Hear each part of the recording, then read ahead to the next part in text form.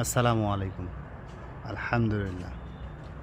যাকে যেভাবে মহান আল্লাহ রেখেছেন আমরা বলবো আলহামদুলিল্লাহ। কারণ আলহামদুলিল্লাহ বলা ছাড়া বিকল্প আর কোনো রাস্তা নেই। মহিলাদের ব্যাপারে দুই একটা জিনিস বলবো। সেটা হচ্ছে যে মহিলা জাতি এমন একটা জাতি অল্পতেই অসন্তুষ্ট হয়ে যায়। আর মহান আল্লাহ বলেছেন জাহান্নামের উদ্বোধনী কিছু আলেম দিয়ে হবে। এই জাহান্নামে অধিকাংশই মহিলারা বেশি থাকবেন।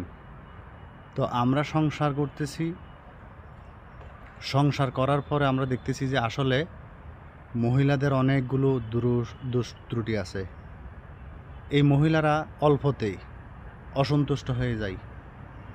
তো এমন কিছু করা যাবে না যে অসন্তুষ্টির কারণে আমরা পরকালকে হারাবো।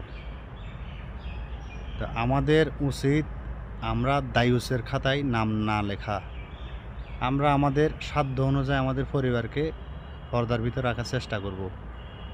পাশাপাশি আমি আরেকটা কথা বলতে চাই, সেটা হচ্ছে যে যাদের ঘরে মেয়ে আছে, কারো মেয়ে কারো বোন, তো ওনাদেরকে একটা মেসেজ দিতে চাই।